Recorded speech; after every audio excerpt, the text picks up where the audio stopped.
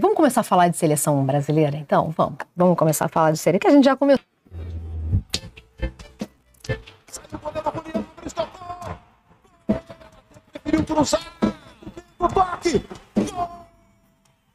Constrangedor o primeiro tempo da seleção brasileira. Simeone!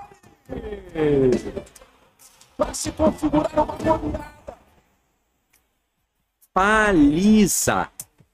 A expressão é usada na Argentina para uma surra ou uma goleada. Os jornais que repercutiam a paliza nos argentinos, que Rafinha havia sugerido a Romário numa entrevista, hoje falam da paliza dos campeões do mundo sobre um rival completamente dominado durante 90 minutos. A rivalidade gerou preocupação, mas foi um clássico sem confusões ou agressões nos arredores do estádio ou arquibancadas. Até o pequeno torcedor argentino queria mostrar a camisa brasileira que estava por baixo, a pureza infantil que vence a violência. É claro que alguns lances mais fortes fazem parte dessa história, mas as faltas mais duras no início do jogo vieram da seleção brasileira. Até porque com apenas 12 minutos a Argentina já vencia por 2-0. No primeiro gol, na insistência de Matheus Cunha, um suspiro de esperança. A bola roubada de Romero, chute no canto de Dibu Martínez. Quem sabe para recolocar o Brasil no jogo? O Brasil voltava para o jogo? Não. Foi apenas um erro individual de um time coletivamente muito superior. Porque Bento salvou no chute de Almada, mas nada pôde fazer em mais uma trama argentina em que a seleção brasileira ficou na roda. De novo o Almada, ajeitando para o Enzo. Lindo passe de Enzo Fernandes para a conclusão de primeira de McAllister. Gol! Argentina! 3-1 e olé. O primeiro tempo desastroso ainda terminou com Rafinha reagindo a uma falta sofrida, empurrando o Tagliafico e levando o cartão amarelo que o tira da próxima partida contra o Equador. Na saída para o intervalo, um princípio de desentendimento. Rafinha levou um chega para lá do goleiro Martínez, mas os ânimos se acalmaram na sequência. O panorama é que não mudou em nada. 3 substituições na volta para o segundo tempo. Murilo, Joelinton e Rodrigo deram lugar a Léo Ortiz, João Gomes e Hendrick. Mas a Argentina seguiu mandando na partida. Álvares quase fez por cobertura. Tagliafico de cabeça para fora. E em mais uma bobeada da defesa, Giovanni Simeone fez a noite virar passeio. E pela primeira vez na história, a seleção sofre 4 gols em uma partida de eliminatória. Olha o tamanho da história. Rafinha ainda cobrou uma falta com perigo. Mas a Argentina esteve sempre mais próxima de aumentar a goleada do que o Brasil de reduzir um abismo de desempenho. A gente começou o jogo muito mal, muito abaixo daquilo que a gente pode fazer. E eles vêm numa rotação de confiança. A culpa não só do professor, mas também toda dos jogadores também. Essa não foi apenas a pior derrota de Dorival Júnior em 16 jogos à frente da seleção. Foi também a pior do Brasil contra a Argentina em 61 anos. De uma equipe que nas eliminatórias, sempre que deu um passo à frente, pareceu na sequência ter 2, 3 ou até 4 passos para trás. Bom dia, rubro-negros! Agora me fala, o meu, o seu, o nosso Flamengo não bateria de frente com essa Argentina aí? A gente até ganhava, a gente tem sistema. Meu, você olha pro Brasil, a seleção brasileira não tem sistema. Parecia um jogo final de tarde entre amigos. Pelo amor de Deus, né? Seja bem-vindo ao canal ASR Fla. E se você gostar desse vídeo, meta o dedo no like, se inscreva no canal, ative o sininho para mais, comenta, compartilha. Direito de imagem, Sport TV, link na descrição. E bora pro vídeo acompanhar essa derrota humilhante da seleção brasileira, cara. Que vergonha, que baile. Bora pro vídeo. A gente tem que repensar tudo que a gente vem fazendo, porque as cobranças vão vir, o povo quer a nossa vitória. Falta só um ano para a Copa do Mundo e eu já joguei a Copa do Mundo, não quero perder outra vez. Na tabela, faltando 4 jogos, o Brasil é o 4º colocado. Na próxima rodada em junho, há incerteza sobre quem estará no comando. a responsabilidade ela é toda minha. Tudo aquilo que nós planejamos, infelizmente, desde o primeiro minuto de jogo, não aconteceu. A seleção argentina foi superior. Superior em todos os sentidos. E peço aqui até desculpas ao torcedor brasileiro, porque a expectativa era muito diferente daquilo que nós vimos. A direção da CBF debate o futuro da comissão técnica, mas o presidente Edinaldo Rodrigues não quis dar declarações em Buenos Aires. Apenas disse que falaria mais tarde. Quem sabe, antes que seja tarde. Presidente reeleito, né? Sem candidato concorrente à presidência da CBF. Tem como braço direito, na administração, o presidente da Federação Capixaba de Futebol. Tem preconceito com o estado do Espírito Santo. Só não tem futebol no estado do Espírito Santo. Então, não tem futebol, só não tem uns times na elite. Não tem futebol de alto nível no estado do Espírito Santo. Tem, sabe quando? Quando o mando é vendido para Cariacica. Aí tem futebol de alto nível. Não temos equipes de elite do futebol brasileiro. Pessoas, estamos na mão, a CBF, o futebol brasileiro está na mão de pessoas que não entendem de futebol, que estão trabalhando no futebol exclusivamente por política e poder. Isso é novidade? E dinheiro, obviamente. Obviamente, claro, também. né? Não, mas até aí trabalhamos todos por dinheiro também. Não é. Trabalhamos por algum dinheiro. Entendi. Algum dinheiro, o dinheiro que sustente famílias, né? Isso que, no geral, as pessoas no Brasil trabalham.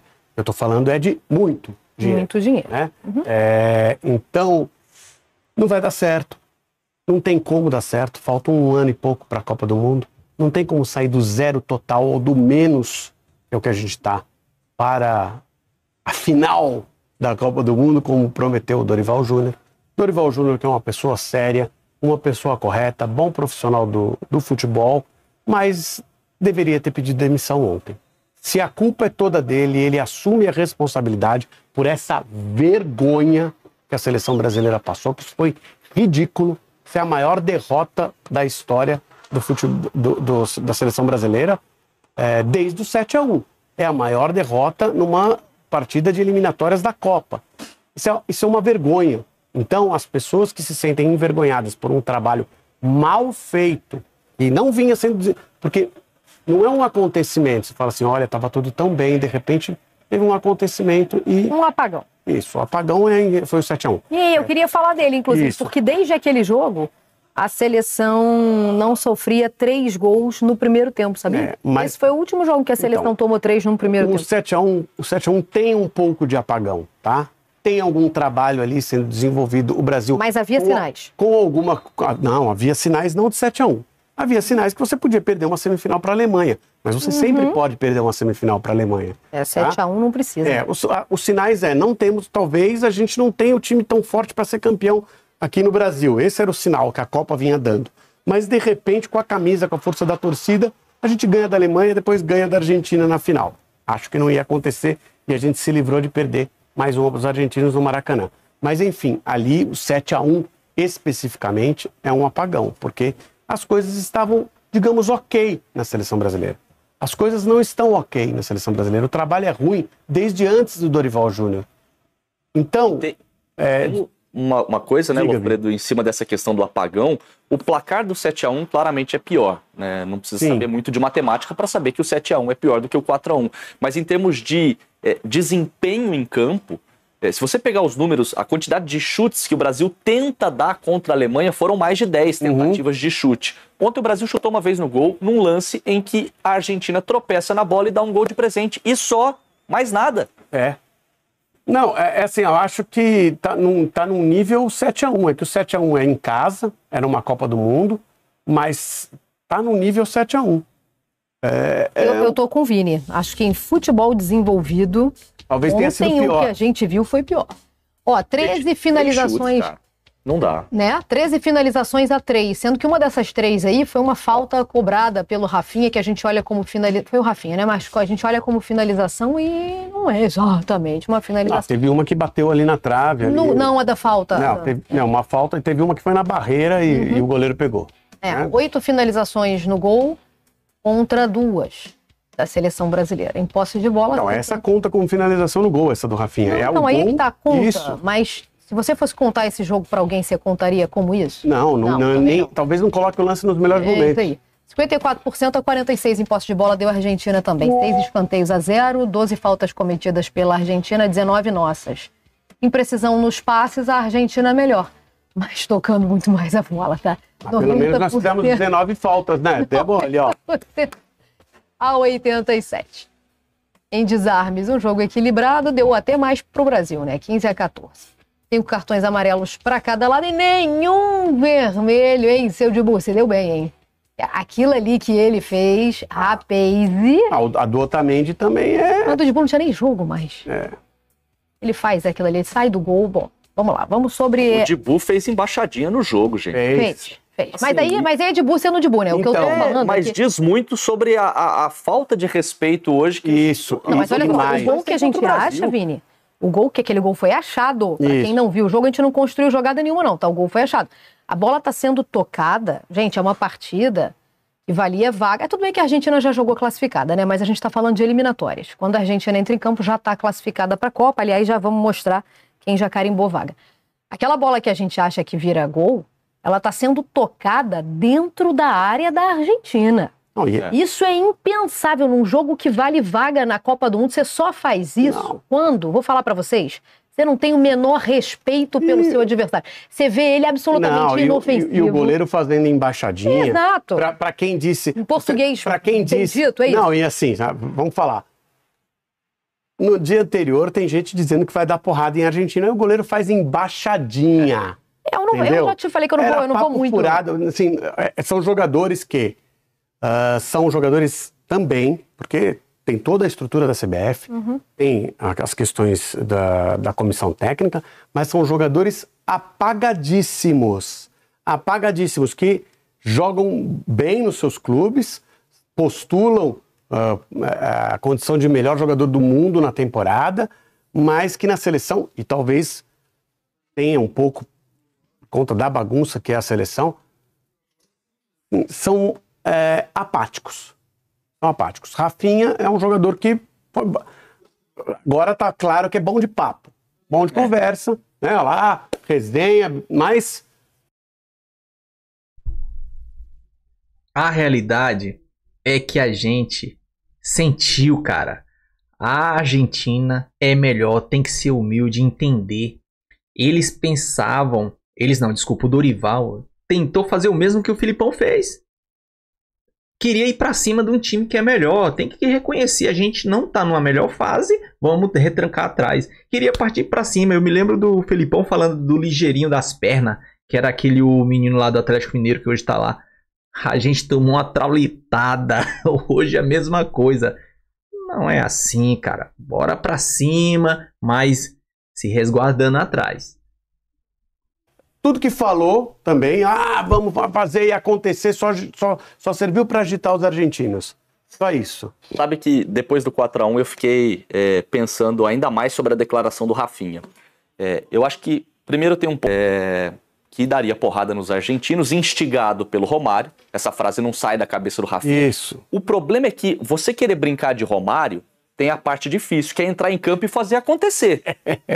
Falar é legal, é fácil, até papagaio fala. O problema é entrar em campo e fazer acontecer. O Brasil não viu a cor da bola, não teve disposição para, ao menos, aí eu não estou falando porrada de agressão e de maldade, mas nem na bola dividida o Brasil foi melhor.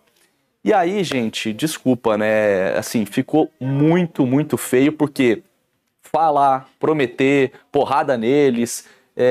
Isso é fácil, né? É a parte fácil. Depois, a hora que entrar em campo, você tem que fazer acontecer. O Romário era bom nisso. Ia no microfone, falava, se garantia. E ontem o Brasil... Gente, o Brasil perdeu da pior maneira possível.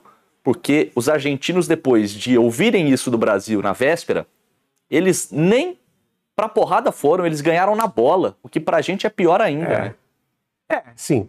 Claro que tem algumas coisas. Depois, Otamendi, eles não conseguem ficar sem dar uma beliscada de canela, né? Sem dar uma cutucada, mas enfim, faz parte do padrão. Eles têm jogado muito bem, isso é a verdade. Desde da Copa do Mundo eles perderam a primeira partida e a partir daí, mas assim, nós ressuscitamos o futebol argentino, né?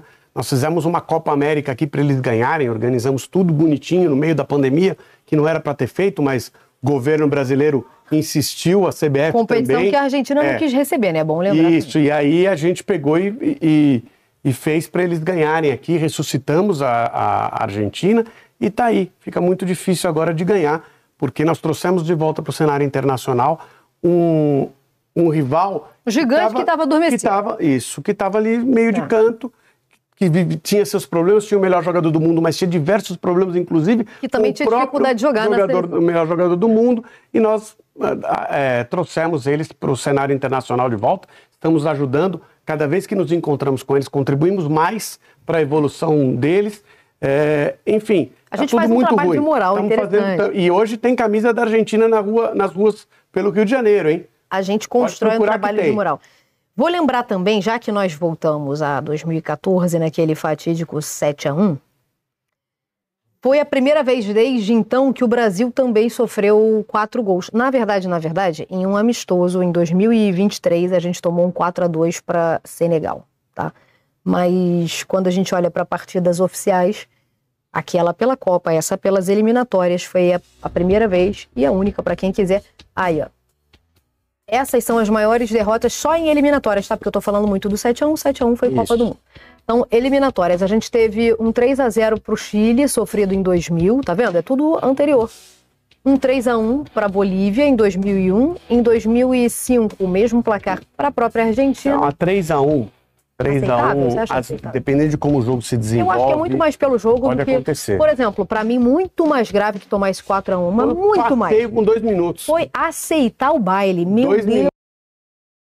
Se continuar nessa projeção, 2000, 3-0 pro Chile, 2001, Bolívia, 3-1 pra Bolívia, 2005 pra Argentina, 3-1 em 2025, 4-1 pra Argentina, a tendência é ficar pior se continuar com essa administração e esse pensamento tosco, né? Meu Deus do céu. Pensa comigo. Eu já tinha tomado baile. Todo mundo perdido, inseguro, cada olhão mais arregalado que o outro. Tava assustador o negócio de ver. Então foi isso. Ontem a gente sofreu a pior derrota em eliminatórias. Agora, veja bem, analisando a seleção, a gente olhando para o time que entrou em campo.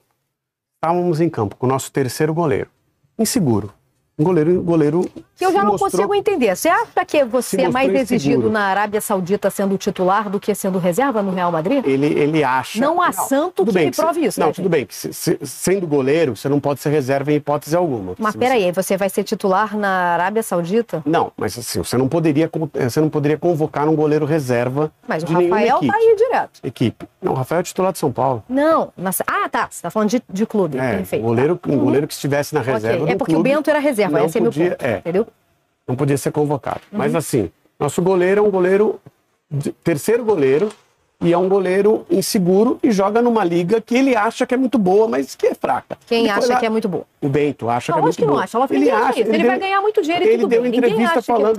Mas ninguém vai falar, jogo numa liga fraca. Não. Ele deu entrevista falando. Ninguém acha isso. Viram os jogadores que jogam na liga que eu jogo, né? Enfim, ele acha que é bom, mas ele foi lá para ganhar dinheiro. Claro, e perfeito também. É uma ideia muito boa. Isso, não poderia estar na seleção brasileira, porque não está jogando em alto nível. Porque se o cara tá na Rússia não pode estar na seleção brasileira, quem tá na Arábia Saudita pode? Não tá jogando em alto nível, principalmente para ser um goleiro. Se mostrou muito inseguro ontem. Aí a gente tem 2 estreantes na defesa. Um lateral, cuja melhor característica é ofensiva, não era o que o jogo pedia, e um zagueiro que também mostrou dificuldade, Murilo. Wesley e Murilo. 2 estreantes. Um jogador já veterano na defesa, que já está em processo de saída da seleção. Que não chegou a fazer uma partida brilhante. E o lateral esquerdo, que ainda que a gente saiba que é bom, também não conseguiu se firmar ainda na seleção. E com muitas oportunidades já. Aí a gente vem para o meio-campo, que é tenebroso. Meio-campo tenebroso. São 2 jogadores que são reservas da seleção brasileira e que tem que ter muita boa vontade para eles estarem na seleção brasileira, principalmente o Joelinton. Na maior parte das vezes que foi convocado, apresentou muita dificuldade de nível de seleção brasileira. Mas o que ele faz por clube, tendo sido campeão agora da Copa da Liga, também não credencia, não? Não sei. Não sei. Então, eles são reservas. Não? Então, nós fomos com o lateral direito estreante, um zagueiro estreante, terceiro goleiro, os 2 volantes reserva. E a gente foi lá se expor, colocou 4 atacantes. Que ideia é essa? Que ideia é essa? E assim, eu estou muito confortável para falar que foi uma ideia muito mal pensada, porque eu falei ontem. Você falou antes? Você está cantando essa pedra aí, tem tempo. Não dá para jogar com 4 atacantes, 2 laterais ofensivos contra a Argentina fora de casa, com os 2 meio-campistas reservas. É um negócio tão óbvio que não precisa ser um grande estudioso do futebol para ter essa percepção. Por isso que eu acho que a comissão técnica devia pedir demissão hoje. Porque esse trabalho... Você acha que o cara tem que falar que a liga dele é fraca? Você acha que a comissão técnica tem que... eu acho que assim... Você sabe quando isso vai acontecer? Não acho que o cara tem que falar que a liga dele é fraca, mas também não tem que falar que é forte. Ah, mas ninguém vai falar. Minha liga é mais ou menos, mas é que paga melhor. Ninguém vai falar. Demissão é uma questão... E não acontece mais no futebol. Não, esquece isso. Antes o técnico pedia demissão. Sabe por quê? Eu acho que as pessoas tinham mais vergonha na cara antes. Então tinha técnico que pedia demissão. O Geninho pediu demissão em campo. O time dele estava levando de 6-0. 6-0, ele chegou, foram entrevistá-lo antes do final do jogo. E ele falou, e aí, o que você está pensando? Eu estou pensando que não tem mais como continuar, porque... Óbvio, o presente, o atual momento é tenebroso e a perspectiva é péssima para daqui a um ano. Tem Copa do Mundo, a gente falou sobre Liga das Nações, e aí a gente não precisa nem falar de Inglaterra, de França, é só ver o que Dinamarca está jogando, é só ver o que Croácia está jogando. Depois a gente pega essas seleções no mata-mata, perde e fala, nossa, a gente já não ganha mais do segundo escalão. Claro, porque são patamares diferentes hoje. Então, o presente é terrível, perspectiva zero para a Copa daqui a um ano, mas o que me preocupa mais numa derrota desse nível, e nessa bagunça que está a seleção, é a perspectiva para futuro, de queimar bons jogadores. Porque esses 3 jogadores que foram citados na defesa e de fato não foram bem, o Bento, o próprio Murilo, o Wesley, esses caras, para mim, têm muito potencial. Alguns deles até para serem titulares aí da seleção por um ciclo de Copa, quem sabe até 2. O Bento, para mim, é um grande goleiro. Tomou uma decisão, para mim, que é ruim, de ir para uma liga fraca, mas tem potencial para ser o titular da seleção por muitos anos. Não só Bento, gosto do Murilo, acho que o Wesley pode se firmar na seleção. O problema de a gente ter hoje uma seleção bagunçada, com um padrão tático horrível e com escolhas ruins, né, de formação de jogo, é que esses caras eles começam a ser queimados num processo de seleção. E aí, para os próximos anos... Gente, Wesley, Bento, Murilo, esses caras não são ruins, não foram parar aí à toa. Só que eles estão sendo expostos ao ridículo. E aí eles podem ser queimados e isso é o que me preocupa, sabe? Não, é uma preocupação muito válida mesmo. Acho que não vejo do mesmo modo que você, são 3 jogadores que tem potencial para a seleção brasileira. Então, mas aí a gente tem que separar aqui, né? Mas o Bento eu não convocaria de jeito nenhum, não. tá? E a crítica justa se a gente desde sempre sabia que, como característica principal, o Wesley tem o ataque, não a defesa, mesmo sendo defensor por ser lateral, como você estreia esse cara contra a Argentina? Isso, a estreia. A culpa não é dele. A culpa não é dele. A culpa não é do Murilo. A gente está falando de jovens, a gente está falando, e eu concordo, a gente está falando da próxima geração. E a gente botou esses caras numa fogueiraça, isso para não falar do Endrick, que a gente ainda vai falar. A gente botou esses caras numa fogueiraça, numa oportunidade assim de se queimar com potencial altíssimo. Com ideia ruim, mal orientada. Exatamente. Um trabalho como esse, ele tem que terminar num pedido de demissão. Se não vai ter o pedido de demissão, então a chefia tem que demitir. Tem que demitir. E tem que demitir rápido. Tem que demitir hoje. Para que fique claro... Mas a gente está falando de um evento do ano que vem já. E aí, o que é que faz? Não, a gente já trocou de técnico nessas situações e deu certo. Tá? Deu certo? Deu certo. Deixa eu falar uma coisa para você. O presidente da CBF queria contratar Carlo Ancelotti e ele não sabia como chamava Carlo Ancelotti. Ele falou Lancelotti. Ele chamou de Lancelotti. Então, assim, né? Como pode? É uma pessoa pode ser sério isso. Nem sabe o nome do técnico que quer contratar. Como é que pode ser o presidente... Que é o técnico do Real Madrid. É o técnico do Real Madrid. Como é que pode ser o presidente da CBF?